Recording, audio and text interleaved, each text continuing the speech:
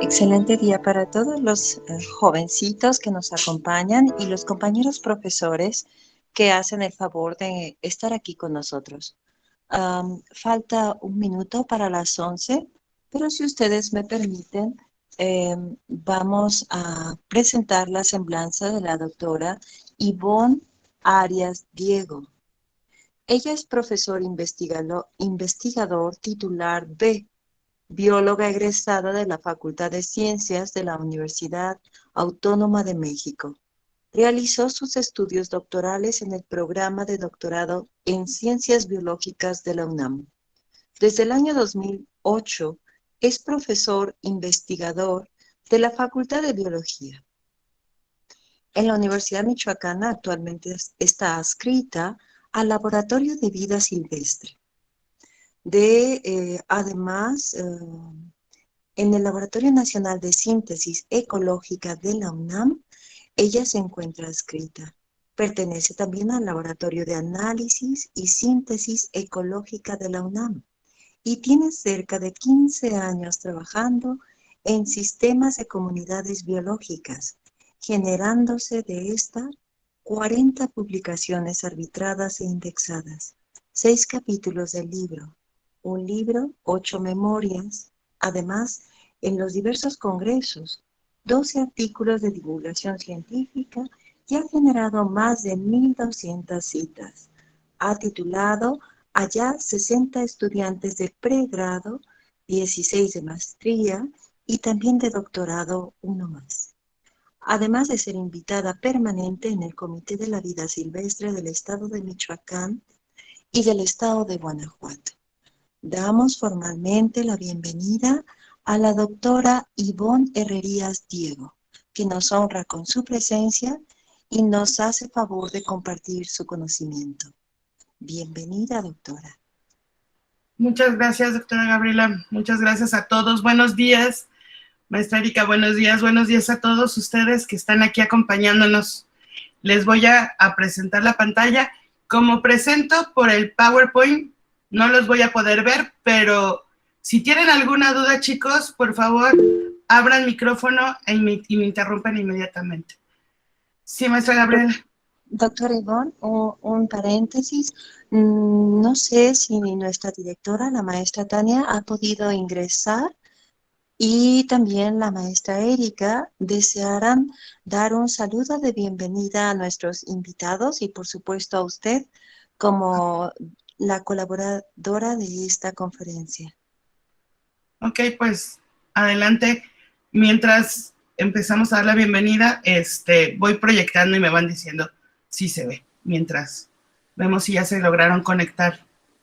La maestra Erika sí ya la vi, pero la directora no la vi. Acá ando de este lado. Sí me conecté y estoy viendo todo, escuchando la charla y muy interesante. Doctora Herrerías, bienvenida.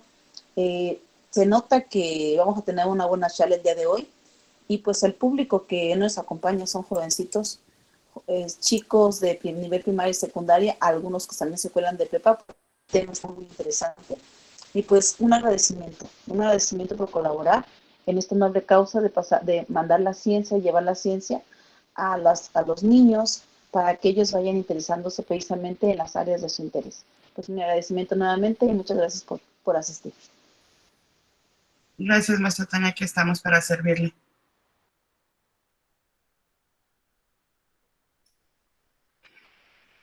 Gracias, directora, por su presencia. Entendemos también la importancia de cada uno de nuestros presentes en esta conferencia, porque vamos a llevar más conocimiento para el cuidado del hábitat. Cuando usted quiera, doctor Ivonne. Muy bien. Bueno, chicos, buen día.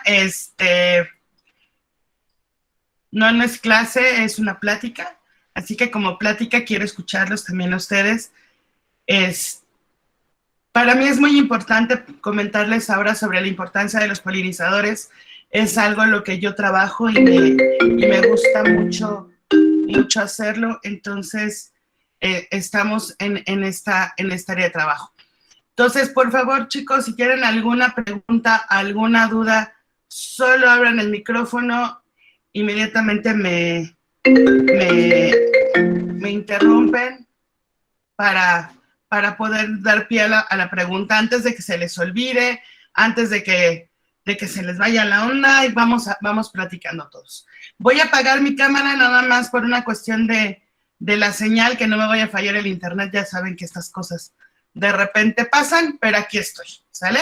Entonces, cualquier duda, cualquier pregunta, inmediatamente abre el micrófono y en ese momento preguntan, porque como yo proyecto, yo ya no los veo, pero entonces no pueden levantar la manita, pero en cualquier momento... Me voy. Mándame. Bueno, entonces apago la cámara y aquí estamos. Me avisan si se ve completa la imagen. Ya se aprecia en toda su magnitud. Muy bien, perfecto. Pues bueno, les iba platicando que la charla del día de hoy es sobre la importancia de los polinizadores, ¿no? Y bueno, si ya desayunaron, seguramente algo de esto a lo mejor estuvo en la mesa, ¿no? A lo mejor tenían cereales con frutillas, fresas, blueberry, zarzamoras, almendras, un juguito de naranja, un cafecito, posiblemente alguna cosa de estas, y si no han desayunado, seguramente con esto abrirán el apetito, ¿no? Bueno, pues mucho de esto que tenemos aquí en la pantalla es gracias a los polinizadores. Podemos nosotros sentarnos a la mesa y disfrutar de unas deliciosas fresas, de unas deliciosas almendras, de un riquísimo jugo de naranja, porque tenemos a los polinizadores. Se habla que los polinizadores son esenciales para la mayoría de las variedades de cultivos y se estima que más o menos el 90% se vería reducido si es que no hubiera polinización por animales, ¿no? Principalmente, por ejemplo, podemos pensar en el cacao del que se hace el chocolate, la vainilla, la sandía, el melón, las calabacitas, ¿no? Y que realmente el hecho de que haya polinización por vectores animales hace que se aumente un poquito más entre el 40 y 90% de esta producción, ¿no? Entonces, en frutas como la manzana, la frambuesa, los mangos, los melocotones, realmente son cosas que disfrutamos todos los días. ¿Pero qué es eso de la polinización? Vamos a llamar polinización a la transferencia de los granos de polen que se hace de una flor hacia otra flor de la misma especie. Ay, Dios, yo no sé por qué está dando la testa. Entonces, el movimiento de los granos de polen de una flor a otra es lo que genera este proceso de polinización. Pero, ¿cómo se mueve esto? ¿Cómo podemos mover esos granos de polen? Bueno, existen realmente 3 vectores muy importantes. Uno es el viento. El viento que puede soplar y soplar, y entonces dentro de ese movimiento de aire van los granos de polen que se verían como pequeños granulitos más secos y que son transportados de una flor a otra. Gracias al viento nosotros podemos tener, por ejemplo, tortillas, porque el maíz se poliniza por viento, ¿no? Otro vector importante es el agua, ¿no? Entonces, a eso le vamos a llamar hidrofilia, y lo que hacen es que los granos de polen ahora viajan en las corrientes de agua. El tercer vector muy importante es el de los animales. De ellos, más o menos el 35% de los alimentos que consumimos son producto de vectores animales, de la polinización de vectores animales. Y más o menos el 90% de las plantas silvestres son polinizadas por vectores animales. Entonces, realmente es bien importante este tipo de polinización, tanto para el mantenimiento de la diversidad como para el mantenimiento de sus productos alimentarios. Y miren, aquí tengo cómo se vería, por ejemplo, los granos de polen que se transportan por el viento. Estos es un encino, es quercurrubo, y vean cómo el polen, el viento sacude las flores que se llaman amentos, y estas van a desprender los granos de polen y son transportados por el viento. Mientras que, por ejemplo, esta es una planta acuática, Valiniceria americana, y los granos de polen viajan a través del agua. Pero la mayoría de la plática se va a relacionar con estos factores bióticos. Entonces, tendríamos dos tipos de polinizadores. Los abióticos, que serían aquellos que no tienen que ver con la presencia de seres vivos, que es la polinización por agua, que es alrededor del 4%, polinización por viento, alrededor del 19% de las plantas, y la polinización por animales, el 77%. ¿Y quiénes son esos polinizadores bióticos? Uy, pues hay una gran variedad de polinizadores bióticos. Tenemos desde los escarabajos, algunas moscas, las abejas, las mariposas diurnas, las mariposas nocturnas.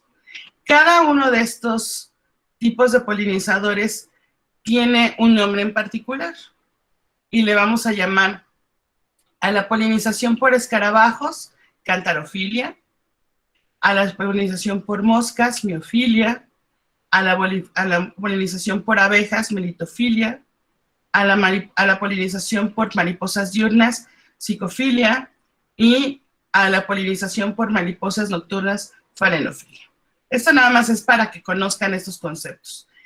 Todos estos son insectos y entonces todos juntos forman la polinización o síndrome de polinización que se llama entomofilia. Esto quiere decir polinización por insectos. Pero no son los únicos polinizadores. También los murciélagos son vectores importantes de la polinización. Por ejemplo, si han escuchado hablar del tequila, del mezcal, estos son productos que se encuentran polinizados por murciélagos. Y otro también muy importante es la polinización por aves, ¿no? La polinización por aves se le denomina ornitofilia y también vectores muy importantes. Seguramente todos ustedes han visto los colibríes cuando están paseando de una flor a otra. Lo que están haciendo es tomar néctar y llevando los granos de polen de una planta a otra.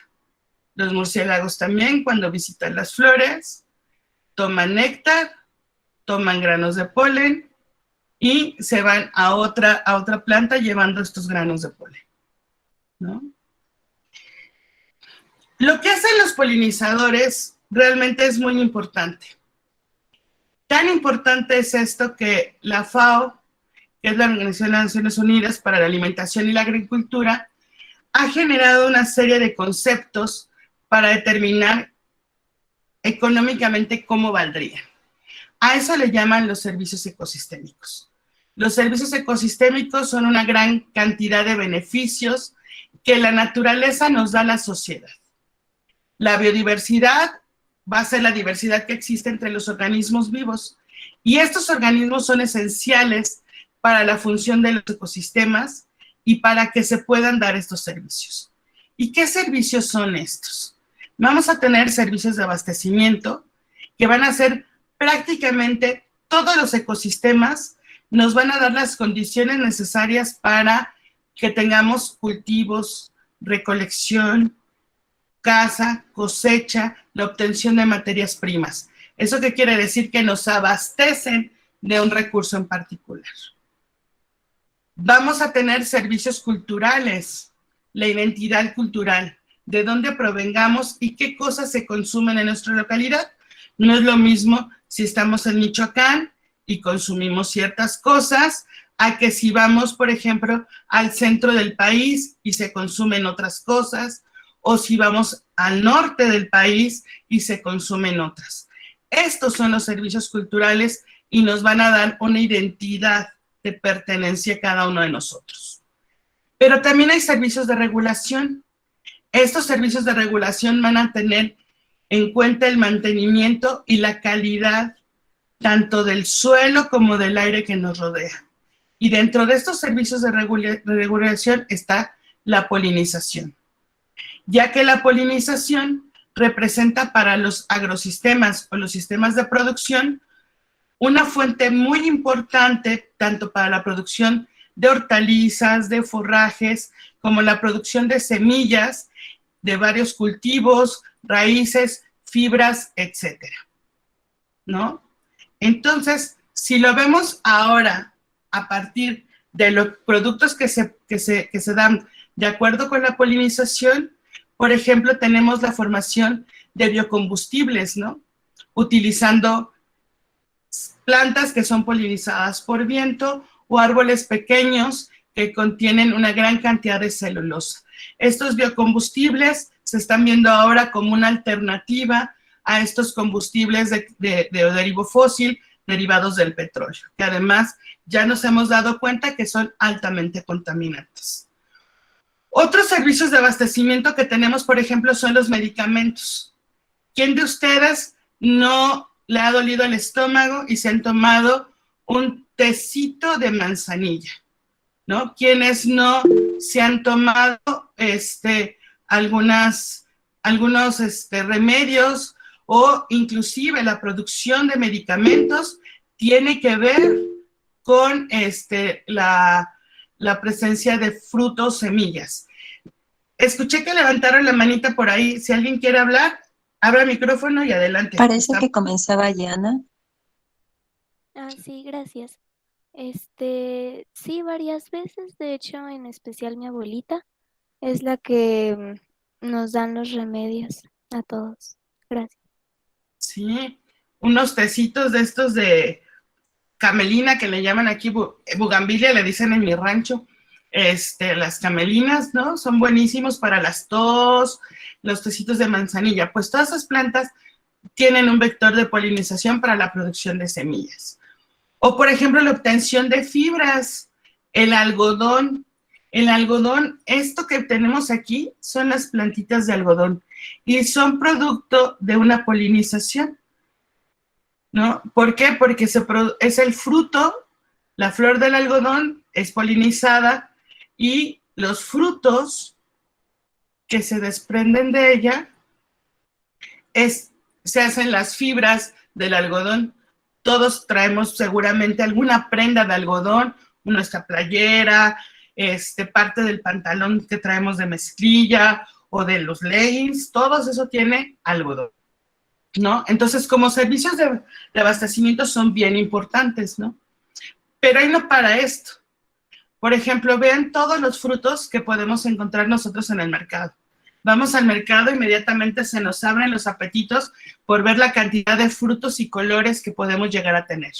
Bueno, pues muchos de estos frutos son polinizados, son producto de esa polinización, ya sea por moscas, abejas, murciélagos, colibríes, mariposas, etcétera. Adelante, abra el micrófono. Bueno, lo que le iba a decir es que hay una planta que no me acuerdo cómo se llama, pero es una orquídea. Ajá. Que las moscas que usted está diciendo entran y a ella porque su fragancia atrae como a las hembras, entonces esa flor aprovecha eso y entonces la atrapa lo suficiente para que ponga como sus esporas ahí y en la mosca y se las lleve. Sí, Y de así hecho, es el ciclo de la polinización de esa planta. sí, de hecho las orquídeas son uno de los grupos de plantas bien interesantes porque, bueno, hay orquídeas que están en los árboles, que se les llaman epífitas, y hay orquídeas que se encuentran en la tierra y que son de hábitos terrícolas. Pero es bien interesante porque el hecho de vivir arriba de un árbol, ¿no? Pues requiere de llamar la atención. Entonces, lo que hacen muchas orquídeas, por ejemplo, es, como dice su compañero, ¿no? Tienen fragancias, tienen aceites, inclusive las plantas les pueden llegar hasta proporcionar precursores de hormonas a los polinizadores, porque el polinizador lo que quiere es comer, ¿no? Obtener algún recurso. Pero el beneficio que se obtiene después de eso es que transporta los granos de polen de una planta a otra. Pero la planta, de alguna manera, evolutivamente, se ha seleccionado para que favorezca una cosa que se llama como fidelidad, ¿no? Eso quiere decir que vaya de una planta a otra.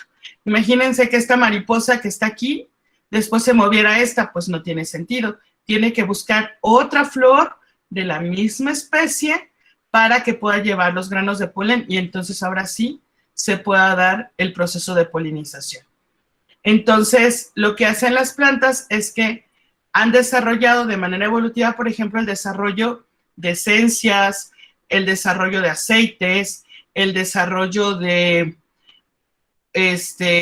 resinas, inclusive algunas resinas que les ayudan a, por ejemplo, algunas abejas a la construcción de los nidos, ¿no? Néctar, granos de polen. El polen tiene un montón de proteínas. De hecho, inclusive se ha usado últimamente en la cuestión farmacéutica, ¿no? Los granitos de polen formando lo que le llaman el propóleo, ¿no? Para poder usarse como complemento alimenticio, ¿no? El néctar pues tiene una gran cantidad de azúcares, ¿no? Básicamente. Entonces, realmente, ellos van, comen y como compensación a que les dieran de comer, se llevan los granos de polen, ¿no? Entonces, a esta interacción se le llama, que es una interacción mutualista, porque se ayudan los dos se benefician. El polinizador come y la planta transporta sus granos de polen, como decía su compañero, ¿no? Y realmente, por ejemplo, gracias a esta polinización, tenemos una gran cantidad de productos que nosotros consumimos, ¿no? De hecho, les decía que más o menos se estima que los polinizadores, las abejas, las aves, los murciélagos, si se perdieran, afectarían el 35% de la producción agrícola del mundo, ¿no? Y más o menos se estima que el 87% de los productos que representan el 75% de los principales cultivos que se consumen a nivel mundial provienen de un producto de polinización, ¿no? Y que realmente la diversificación de esos cultivos está construyendo una vía para poder ayudar a mitigar, por ejemplo, el hambre y la pobreza a nivel mundial, ¿no? Y este consumo de estos artículos representa más o menos el 20% de las exportaciones de los países que se encuentran en el desarrollo como el nuestro, ¿no? Pero ¿esto cuánto vale, no? Realmente el valor económico total de la polinización a nivel mundial se estima que es más o menos de 153 mil millones de euros, ¿no? Esto es un montón de dinero. Esto estimina más o menos que el 9.5% del valor de la producción agrícola, ¿no?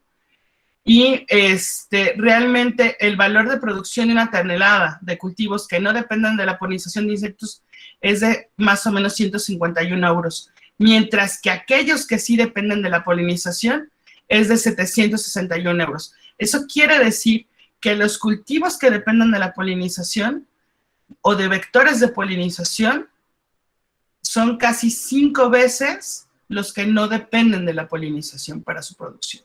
Entonces, aquí estamos viendo el valor económico que a nosotros nos representa esto. Pero no solamente es dinero, ¿no? Sino también la polinización es súper importante para el mantenimiento de la diversidad de los bosques. Nosotros podemos ver bosques así frondosos, llenos de especies de plantas, pero esto es producto de la polinización.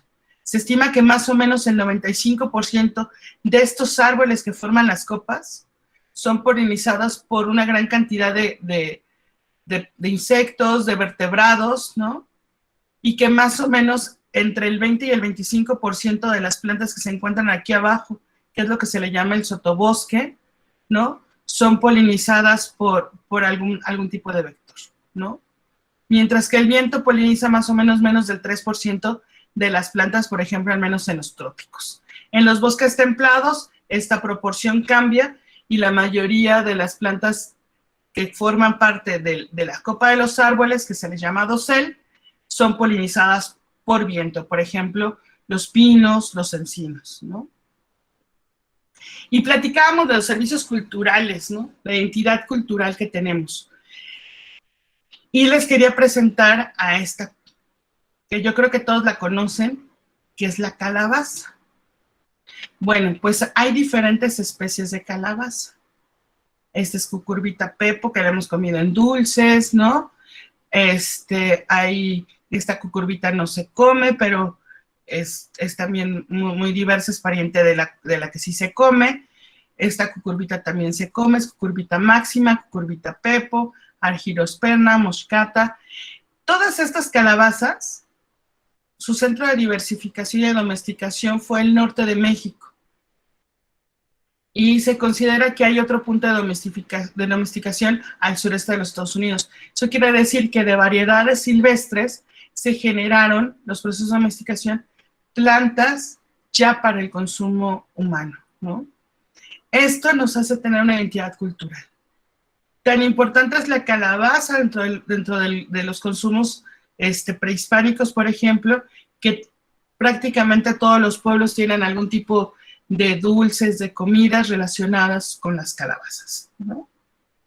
No solo es que las vean en Día de Muertos, por ejemplo, el dulce de calabaza en Día de Muertos es súper importante, ¿no? En algunos lugares del centro del país, ¿no? O la calabaza cristalizada, o quién no de nosotros ha gozado unas calabacitas, ¿no? Y bueno, pues esas calabacitas que comemos, su centro de domesticación ha sido México. Entonces, parte de la identidad cultural que tenemos los mexicanos es la conservación de las calabazas, ¿no? Algo similar a lo que pasa con el maíz, ¿no? Por lo tanto, y todo lo que hemos estado platicando, los polinizadores tienen, la verdad, una tarea bien importante, que es asegurar la sostenibilidad de más o menos de 200 a 300 mil especies de plantas con flores. Estas plantas con flores las llamamos angiospermas, ¿no? Y que van a constituir más o menos el 70% del reino vegetal. ¿Y esto a nosotros de qué nos importaría? Bueno, pues México es uno de los países megadiversos. ¿Qué quiere decir eso? Quiere decir que en México, en nuestro pedacito de tierra que es nuestro país, tenemos una gran diversidad de insectos, plantas, anfibios, reptiles, que nos coloca como uno de los países que tiene mayor diversidad a nivel mundial. Son 17 países que están considerados como megadiversos, y uno de esos es México, ¿no? Pero la diversidad biológica realmente, ¿qué es? ¿No? La diversidad biológica realmente es toda la variedad de plantas, animales, hongos, microorganismos que van a estar viviendo en un sitio y que de esos va a determinar su variabilidad genética, la diversidad de ecosistemas, de los cuales van a formar parte las especies y que nos forman una gran cantidad de paisajes, ¿no? Que están ubicados estos ecosistemas.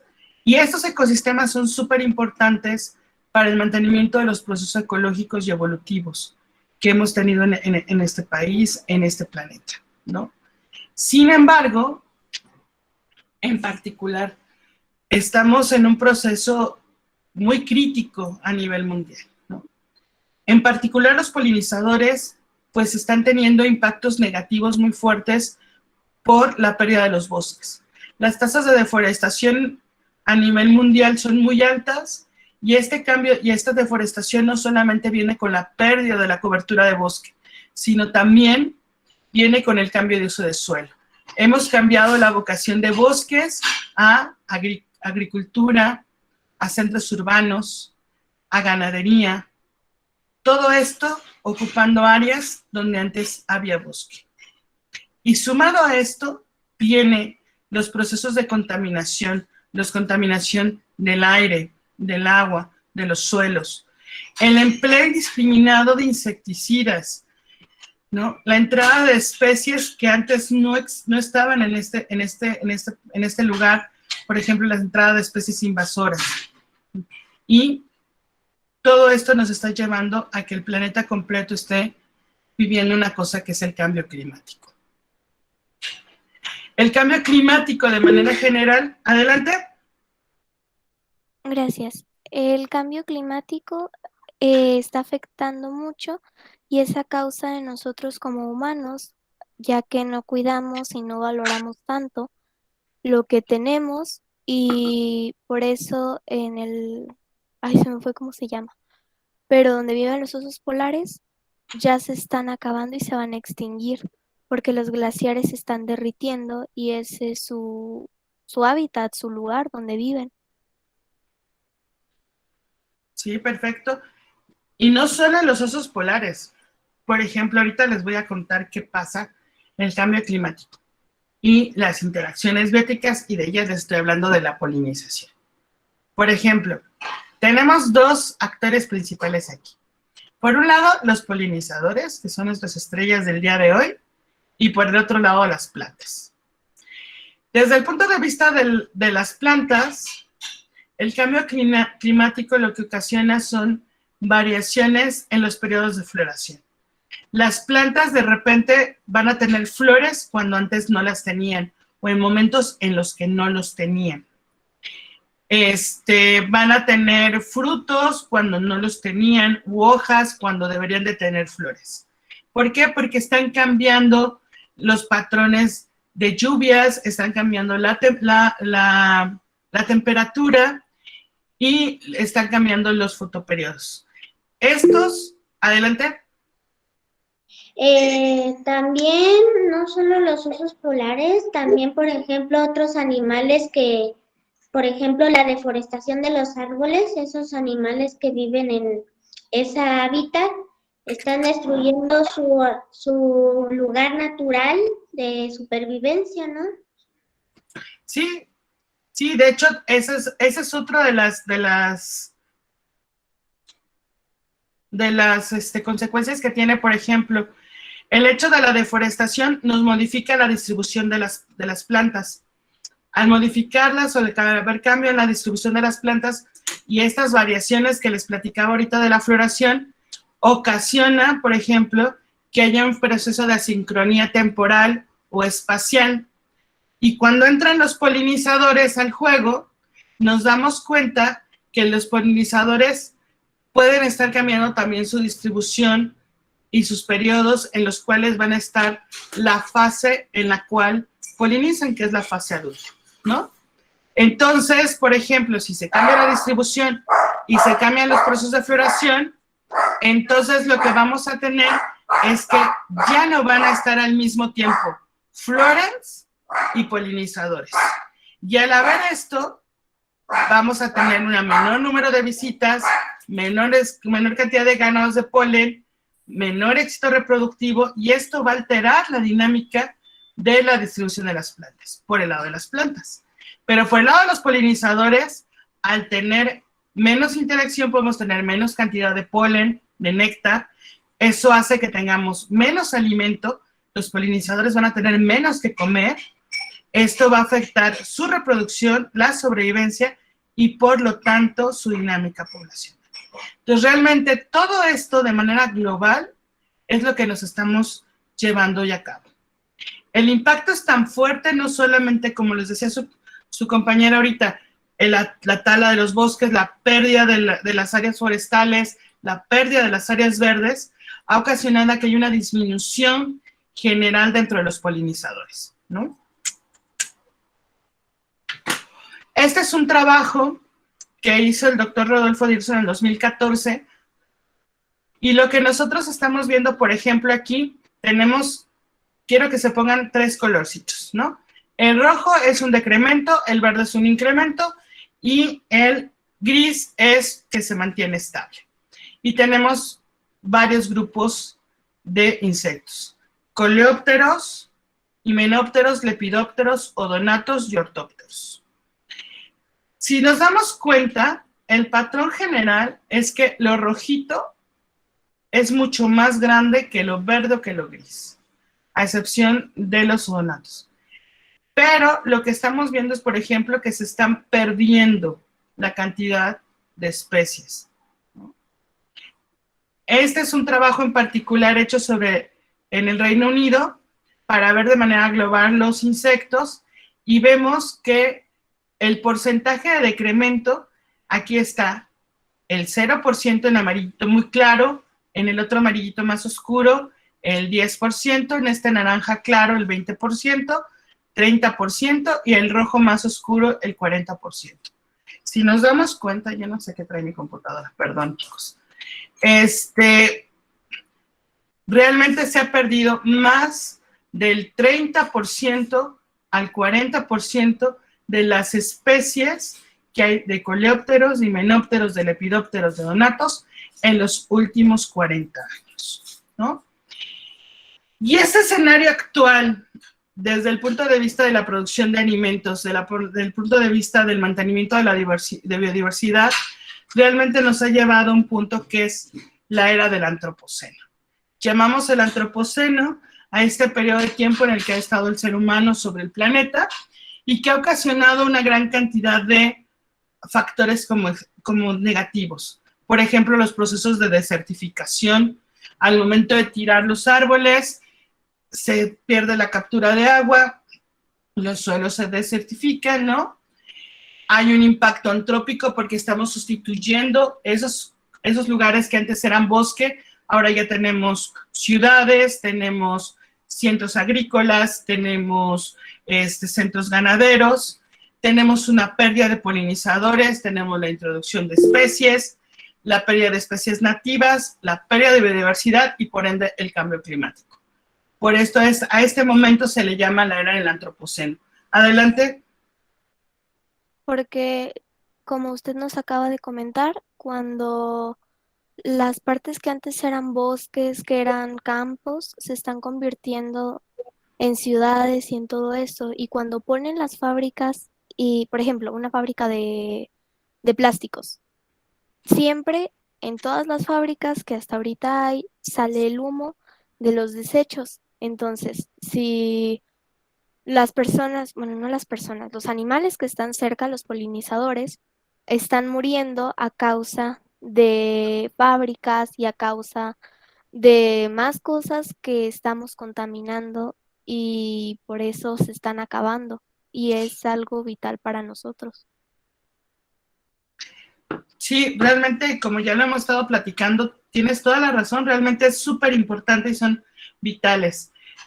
Tan importantes son que realmente ahora a nivel mundial se ha decretado que estamos en una crisis de polinizadores.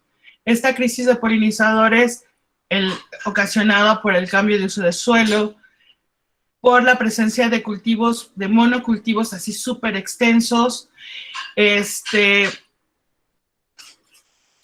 esta contaminación, uso indiscriminado de pesticidas, los agroquímicos, está llevando a que realmente estos polinizadores cada vez sean menos frecuentes, cada vez se extingan, tenemos una tasa de extinción alta, hemos perdido especies que ni siquiera conocíamos en la ciencia, y realmente a nivel del ser humano, esta pérdida de polinizadores nos ha llevado a una crisis alimentaria, ¿no?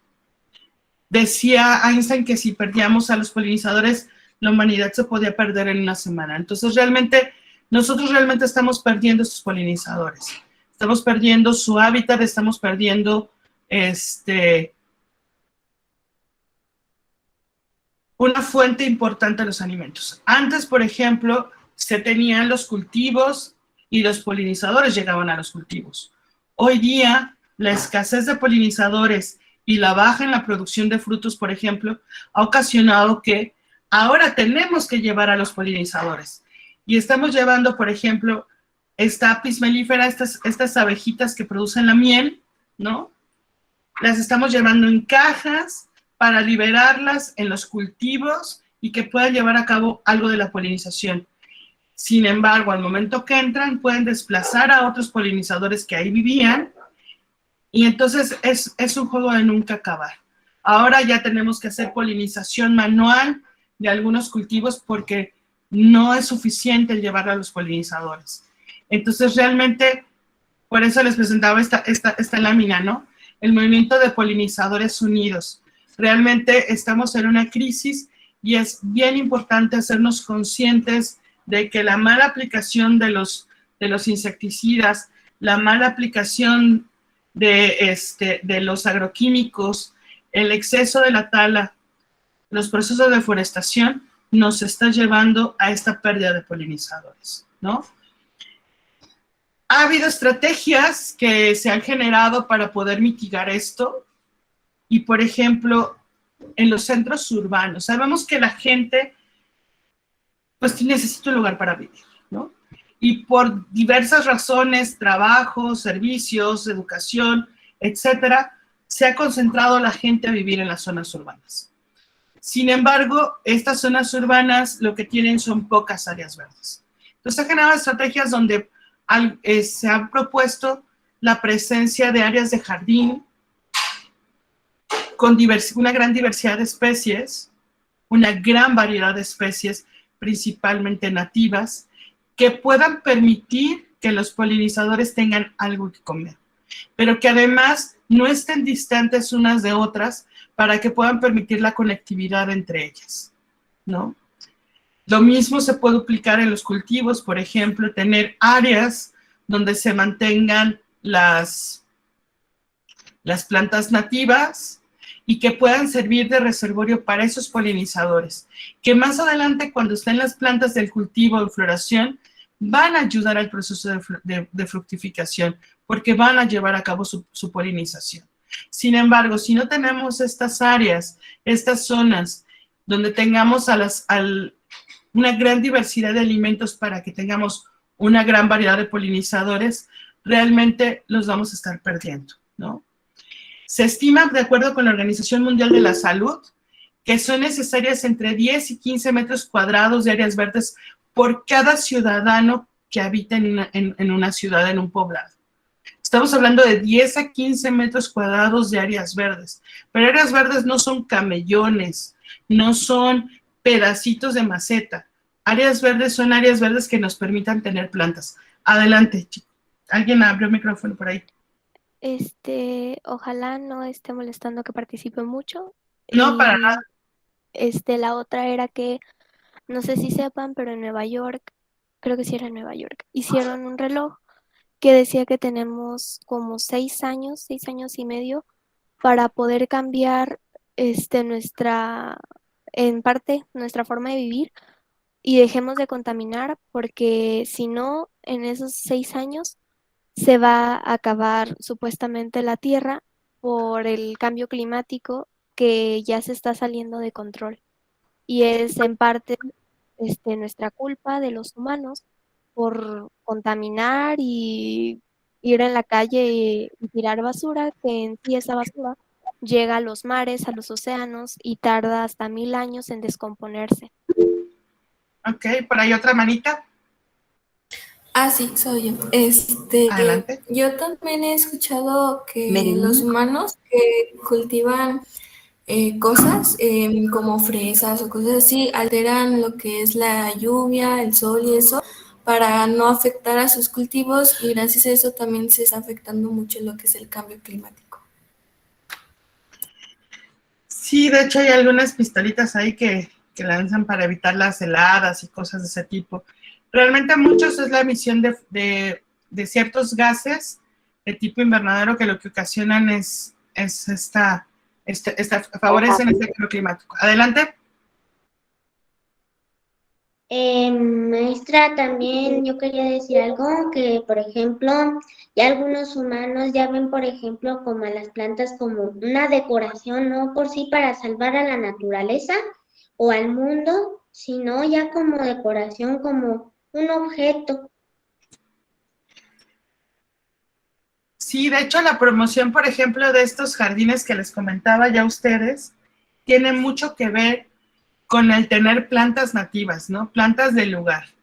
Los jardines pueden ser muy hermosos con plantas del lugar que permitan que los polinizadores consuman recursos de ahí, ¿no? Este es, por ejemplo, una maqueta de lo que se propone que es la Ciudad Verde de Dubái, donde van a tener, por ejemplo, techos verdes, paredes verdes, y realmente es un sueño. Sería maravilloso tener ciudades verdes por todo el planeta, ¿no?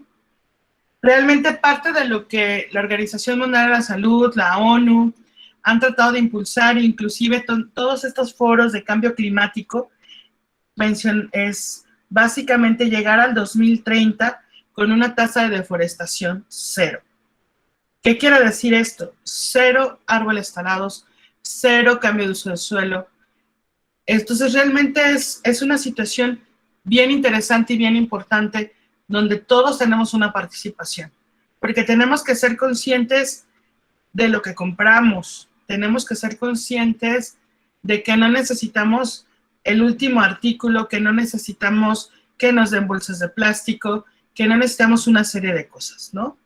La ONU propone un plan estratégico para frenar la desaparición de polinizadores, ¿no? Y parte del plan estratégico y frenar la extinción de estos polinizadores es promover el cambio hacia una agricultura sostenible. ¿Eso qué quiere decir? Que se eliminen todas estas áreas gigantescas de monocultivo y se tengan estos cultivos mixtos que permitan que los polinizadores tengan diferentes acciones, ¿no?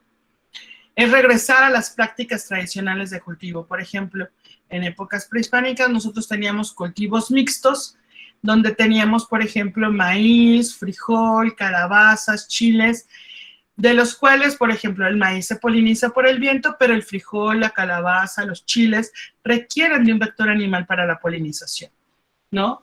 El tener estos espacios entre zonas de cultivo, ¿no? Permite también tener plantas ahí nativas que crecen de manera natural y que permiten tener reservorios de polinizadores, además de que reducen la cantidad de insectos que se comen a las plantas, porque hay otra diversidad de cosas que pueden comer y no se van sobre los cultivos, sino se podrían ir sobre estas plantas que están ahí, ¿no? Por lo tanto, hay que desarrollar nuevas técnicas agrícolas, ¿no? Donde se combinen lo que sabe la ciencia con prácticas tradicionales de rotación de cultivos, de berbecho, para poder conservar esas áreas de cultivo. Evitar el uso de pesticidas, ¿no? Realmente se está promoviendo la agricultura orgánica y de un manejo integrado de plagas, de tal manera que al tener estos cultivos mixtos no es tan fácil que todo el cultivo se plague, ¿no? Disminuir el cultivo de transgénicos o de organismos modificados genéticamente, esto con la finalidad de mantener la identidad cultural de los sitios, la aplicación de biotecnología en la agricultura, ¿no? Prestar más atención a la higiene y el control de patógenos en las granjas apícolas. Esto va a aplicar la mejora de la normativa sobre el uso y comercio, por ejemplo, de las abejas productoras de miel.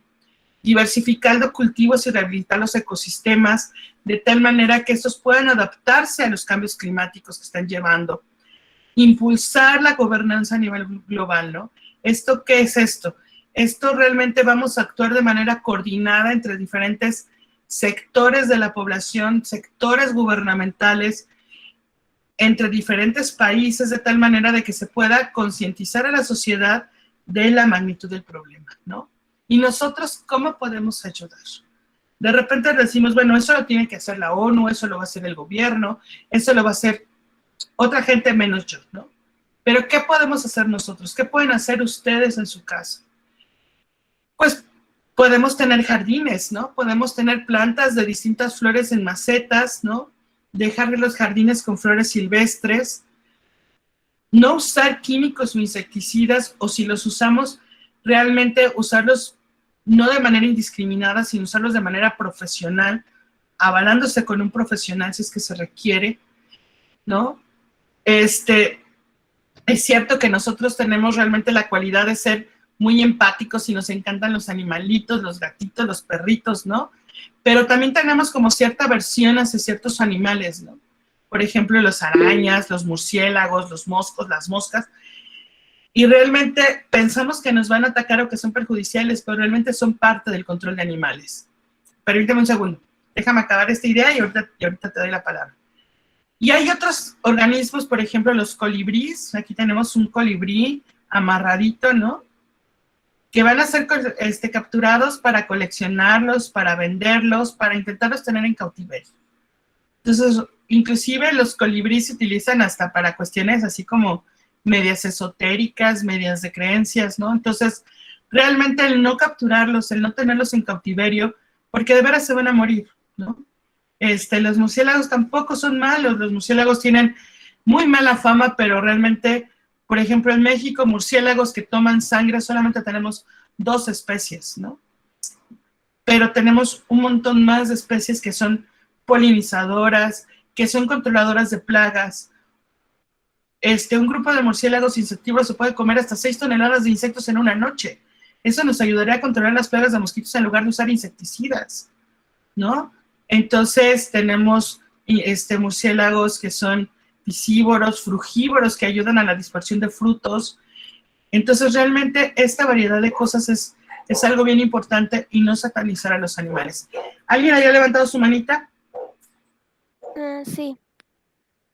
Como usted nos dice que es bueno que estemos, que tengamos mascotas, como los gatos y los perros, pero también hay que tener la mente de que no debemos tratarlos como si fueran personas, porque hay muchas personas que yo conozco que los miman, los tratan como si fueran unos niños. Y hay que ubicarnos en una realidad. Es bueno consentirlos, claro, pero también hay que ver que ellos son animales y tienen que estar libre dentro de lo que cabe y nosotros apoyarlos de la forma que podamos. Y hay que hacerse muy responsables de ellos. Por ejemplo, a los gatos les encanta cazar. Y son súper buenos cazadores y cazan por jugar, ¿no? Porque si tienen alimento en casa, no se van a comer lo que cazan, ¿no? Entonces, ¿qué van a hacer, por ejemplo? A veces van sobre pajaritos, sobre colibríes, sobre ranas, sobre culebritas, lagartijas, ¿no? Y que lo usan nada más para jugarse y divertirse. Entonces, sí es cierto, puedes tener tu mascota, pero tenemos que ser responsables de ellos y responsables de lo que hacen, ¿no? Entonces, hay que tener como un cuidado sobre esas cosas. Adelante. Estoy concuerdo con Nina. Creo que sí, muchas personas hacen maltrato animal a los animales. Una maestra que tenía en la primaria me contó que a muchos conejos lo utilizaba para hacer perfumes o para maquillaje y si le salen mal se mueren y ese es, por ejemplo, un ejemplo del maltrato animal. Sí, de hecho, tenemos ya hay una serie de presiones a nivel social para evitar ese tipo de cosas, ¿no? Para no tener animales que no son de cautiverio, como animales de cautiverio, como en el caso de los colibríes, como en el caso de algunas otras aves, ¿no? Pero también la experimentación con animales es algo que se tiene que ir regulando, ¿no? Y de hecho ya hay varios productos que dicen libre de maltrato animal, ¿no? Entonces hay que favorecer este tipo de cosas y evitar estas que tienen que hacen experimentación con animales, ¿no? Entonces, o al menos si se va a hacer, se tiene que hacer en algún momento dado, hay que hacerlos con una manera éticamente hablando, ¿no? Entonces, pues realmente esto era lo que les quería platicar, que se queden con la idea de que los polinizadores son muy importantes y que nos demos cuenta que sin los polinizadores no hay agricultura, sin los polinizadores no hay biodiversidad. Entonces, realmente es bien importante que tengamos acción sobre ellos. Podemos hacer nuestras pequeñas cosas al mantener nuestras áreas verdes, al tener nuestros jardines con flores, jardines que nos permitan tener polinizadores, hacer uso adecuado de los insecticidas, tratar de evitar los usos indiscriminados de estos insecticidas, plaguicidas o inclusive agroquímicos de manera general. Entonces tenemos realmente un compromiso muy fuerte. Vamos por esa tala cero, vamos por esa modificación en los hábitos de consumo, vamos por esa conservación de los bosques, vamos por un cambio de mentalidad, un cambio de chip donde tengamos realmente una conciencia de que sí es cierto que la naturaleza nos provee cosas maravillosas, pero también es cierto que si nosotros no la cuidamos, entonces nos puede dejar de proveer todo eso tan maravilloso que nos está proporcionando día con día y que lo vemos desde que abrimos el grifo y tenemos agua potable en nuestra casa, hasta que nos sentamos en la mesa y podemos disfrutar de un delicioso jugo, hasta cuando nos ponemos la playera limpia y disfrutamos del rico algodón del cual está hecho. Entonces, realmente todos los días tenemos un beneficio de los polinizadores, tenemos un beneficio de esta inmensa biodiversidad y realmente tenemos que ser conscientes de lo frágil que puede llegar a ser si nosotros rompemos el equilibrio del sistema. Muchas gracias, chicos. Gracias a usted, doctora Ivonne Herrerías, Diego, porque ha logrado impactar en todo este auditorio, en una servidora también. Y quisiera comentarle, no sé, la maestra Erika, nuestra coordinadora o nuestra directora, si quisieran comentar también, por favor.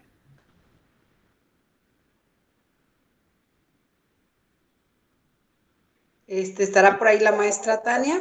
Para Sí, aquí darle la estoy, palabra. pero sí, Sí yo está. tengo preguntas, me quedé así como que, bueno, me quedé Alto así. impacto. Ajá, pero tengo una duda y me gustaría preguntar a la doctora Ivonne, nada más por una cuestión de entendimiento de su personalidad. Esta carrera que usted estudió y dedicarse al tema de la polinización y entre otros temas, pero me gustaría saber en usted, doctora, todo este problema que observa, cómo lo ve, por la importancia que le da a este tema, pues obviamente es porque es importante, pero para usted, ¿qué tan importante es? Pues simplemente tengo toda la vida dedicándome a esto. Y digo toda la vida, tengo 46 años, de los cuales tengo más o menos desde que tenía como 21 años trabajando con cambio de uso de suelos, antes de que terminara la carrera, y ver los efectos que tenían. Primero empecé trabajando con artrópodos en encinos y veía qué pasaba con las comunidades de insectos que se encontraban en encinos, en bosques, en bosques nativos, en bosques cultivados, en otras zonas de urbanización. Después empecé a trabajar con un árbol maravilloso que es una ceiba, trabajar con polinizadores, las cuestiones genéticas y ver cuáles eran los efectos de este cambio antropogénico sobre la diversidad, la polinización, la estructura genética de las plantas. Y realmente a mí me impacta mucho. Me impacta mucho el hecho de todo lo que estamos haciendo, el que no nos demos cuenta de todo los beneficios que tenemos, que sigamos haciendo un uso indiscriminado de las cosas. Tengo una clase que se llama Ecología de Sistemas Antropizados en la carrera de biología, y les digo, es que realmente a veces en lugar de darme gusto de tener más área de trabajo, me da tristeza, ¿no? Porque realmente el cambio de uso de suelo es un proceso constante, los procesos de fragmentación, el ver que cada año se queman hectáreas de bosque y que estas son constituidas por, espero que nadie me linche aquí, pero por cultivos de aguacate, principalmente, por ejemplo, aquí en Michoacán. El impacto que este cultivo tiene, por ejemplo, estamos trabajando en la franja aguacatera sobre polinizadores en particular, y realmente el impacto que tiene la franja aguacatera sobre los polinizadores, la pérdida de la diversidad que tenemos ahí, y realmente vemos que no, como pareciera que a nadie le importa, ¿no? Cuando realmente representa un valor económico muy grande, un valor de subsistencia muy grande. Si queremos seguir vivos, realmente tenemos que cuidar la biodiversidad, ¿no? Creo que tenemos que frenar un poco. Entonces, para mí realmente es súper importante esta parte, trabajar con ello. Estas conferencias a mí me encanta escuchar a los chicos y me encanta que participen porque realmente es la única manera de que podamos hacer un poco más de conciencia, ¿no? Con que alguno de ellos le diga a su papá, no tires la basura, papá, no eches el detergente así, o papá, vamos a separar basura, papá, vamos a plantar estas flores allá afuera, vamos a regar el jardín de esta manera. Creo que todo eso nos va a beneficiar mucho, ¿no? Con que podamos empezar a hacer cambios de nosotros mismos, cambiar nuestra actitud, nuestro chip a las cosas, ¿no? Hay un par de cosas que, por ejemplo, a los chicos que son además súper buenos en la computadora, ¿no? Hoy día son cada vez mejores. Hay dos cálculos interesantes que hay que hacer. Uno es el cálculo de esclavitud y otro es el cálculo de nuestra huella de carbono, ¿no? Entonces, es impactante, ¿no? ¿Cuánto estamos produciendo por las veces que nos manejamos en coche, por las veces que compramos las cosas, por el mal uso? No tenemos que tener la ropa de última moda, ¿no? Tenemos que estar a la moda para estar todos parejitos, ¿no? Y a veces nos ponemos la ropa una vez y no nos la volvemos a poner. Y los chicos crecen y ya no se la vuelven a poner, ¿no? Entonces, todo eso genera un montón de emisiones de contaminantes al aire, nuestro mal manejo, nuestro exceso de que tengo que comprar, tengo que tener, ¿no? Es el consumismo. Todo esto realmente nos tiene que cambiar el chip, nos tenemos que cambiar de conciencia, ¿no? Entonces, les sugiero a los chicos que busquen su huella de esclavitud y su huella de carbono para que vean realmente cuánto estamos emitiendo de lo que comemos, ¿no? O sea, cuántas verduras comemos, ¿por qué no hacemos un huerto verde? O por qué no, por ejemplo, en cada uno de nuestros lugares pudiéramos tener un jardín de polinizadores, ¿no? Y ahora sí que si hay un área en la prepa donde podamos poner un jardín de polinizadores, vamos y lo ponemos, nuestra Tania, ahí donde nos digan, igual cualquier escuela que quiera los ayudamos, ¿no? A que podamos tener jardines de polinizadores. Y realmente es súper importante, súper interesante y es indispensable que lo hagamos. Para eso es para mí. Sí, gracias. Muy, muy interesante. Tiene una gran, se puede decir una gran misión y la está logrando precisamente porque uno que no conoce empieza a escuchar esto, pues se preocupa, pues que será una persona que está encargada de toda su vida estudiar este tipo de actividades, pues la preocupación se convierte más que nada en una misión de vida. Pues le agradezco, doctora, la presentación, el hacernos conciencia, el decirnos que pues no maltratemos tampoco a los pequeños animales que creemos nocivos, el mismo uso del insecticida que no se debe estar usando de manera discriminada, sino que muy a conciencia, y muchas formas. Y pues en algún momento una charla que nos pueda dar sobre cómo crear jardines polinizadores será también de mucha importancia. Le agradezco mucho y gracias por todo lo que nos ha ofertado el día de hoy. No, muchas gracias, maestra Tania. Y de veras, la oferta está abierta. Si alguno de los maestros de las escuelas quiere hacer su jardín de polinizadores, pueden localizarme.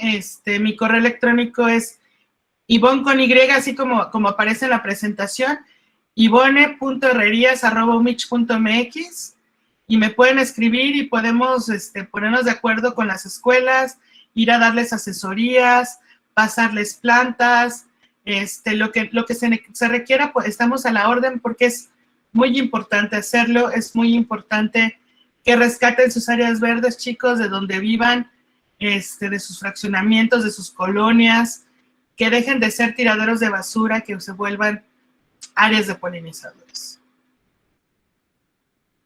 Muchas gracias a todos. Gracias. Doctor Ivonne, tenemos una última pregunta de Juan Pablo Olivares. Maestra, realmente soy la mamá de Juan Pablo, estoy aquí apoyándolo con la plática. No había tenido el gusto de escuchar la maestra y se nota la pasión por este tema. La verdad, esa pasión la transmite al momento de que está dando la charla. Muchas felicidades. Ya ahorita nos quedan las ganas de hacer nuestro jardín y estar apoyando, porque la verdad es un tema que no se le da la importancia que realmente tiene. Lo vemos en charlas muy, muy breves y la verdad, el esfuerzo que hizo en esta charla, mis respetos, excelente tema, excelente forma de transmitir esa pasión, que la verdad lo sentimos en este momento y es lo que estábamos platicando con mi hijo, qué hacer para poder apoyar un poco, ¿no? Hacer nuestro granito de arena en esta ardua labor que se tiene para poder seguir adelante en esta... evitar pues toda esta contaminación y apoyar a todos estos polinizadores que tenemos en el ambiente. Muchas gracias por la invitación y ahí estamos en comunicación porque la verdad es un tema muy interesante. Muchas felicidades.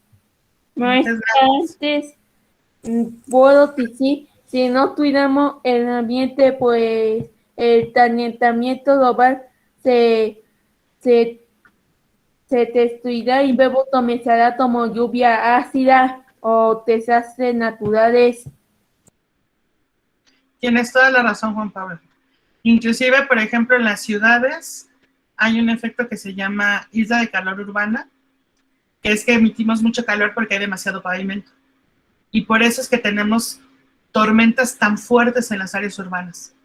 Esa es una de las causas por las cuales tenemos tormentas fuertes en áreas urbanas que realmente, y no tenemos además ninguna zona de captación de agua. Todo lo que serían nuestras áreas altas de captación de agua, pues las estamos sustituyendo por fraccionamientos, por pavimento, ¿no? Entonces realmente eso va a afectarnos los mantos acuíferos, nos genera lluvia ácida, como menciona Juan Pablo, realmente es un problema bien, bien grande, ¿no? Entonces, pues adelante, aquí estamos a la orden. Muchísimas gracias, maestra Erika, por su invitación. Ya sabe que aquí estamos. Y pues cuando regresen actividades, chicos, podemos llevarles talleres, prácticas a sus escuelas. Invítenos y nosotros vamos. Somos como la ajonjolí de todos los moles, donde nos inviten, ahí vamos. Entonces, y nos encanta ir a platicar con ustedes de estas cosas, ¿no? Y de veras, si alguien quiere hacer un jardín de polinizadores, con todo el gusto me manda un correo y nos ponemos de acuerdo. Miss Mayra, adelante.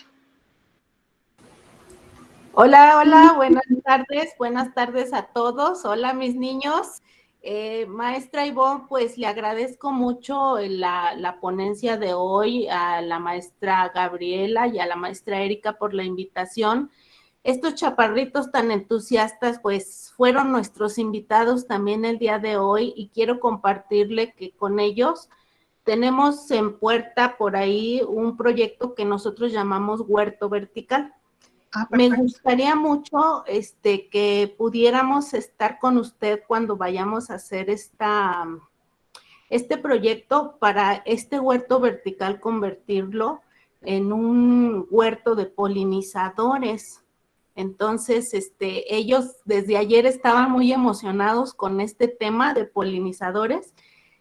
Creo que para todos es muy importante conocer pues nuestra naturaleza. Yo les imparto la clase de biología y pues los veo con mucho entusiasmo, doctora, y me agrada mucho que podamos participar en este tipo de conferencias y charlas. Le agradezco muchísimo, interesantísima la ponencia de hoy, doctora. Muchísimas gracias. Pues a la orden, Miss Mayra, aquí estamos. Le digo, mi correo electrónico es ivonne.herrerías@umich.mx. Mi teléfono es 44-32-01-52-51, a la orden. A la orden, de veras, y si no por medio de la maestra Gabriela o de la maestra Erika, me puede contactar sin ningún problema y estamos a la orden. Vamos a ayudarles, vamos a llenarnos de tierra para hacer esos huertos verticales y empezar a tener polinizadores y producciones de hortalizas y producciones de todo. Adelante. Muchísimas gracias. Sí, María Victoria.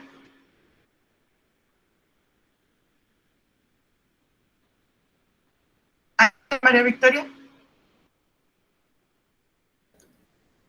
Compañera María Victoria, ¿cree que Sí, buenos días a todos. Hola, buen día. Sí, adelante. Buen día. Buen día, gracias por invitarme a esta ponencia.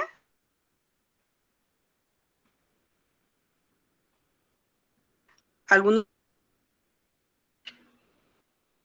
Me dice María Victoria, se le está cortando. de mis compañeros maestros también están dentro de, realmente es algo diferente, es una ponencia que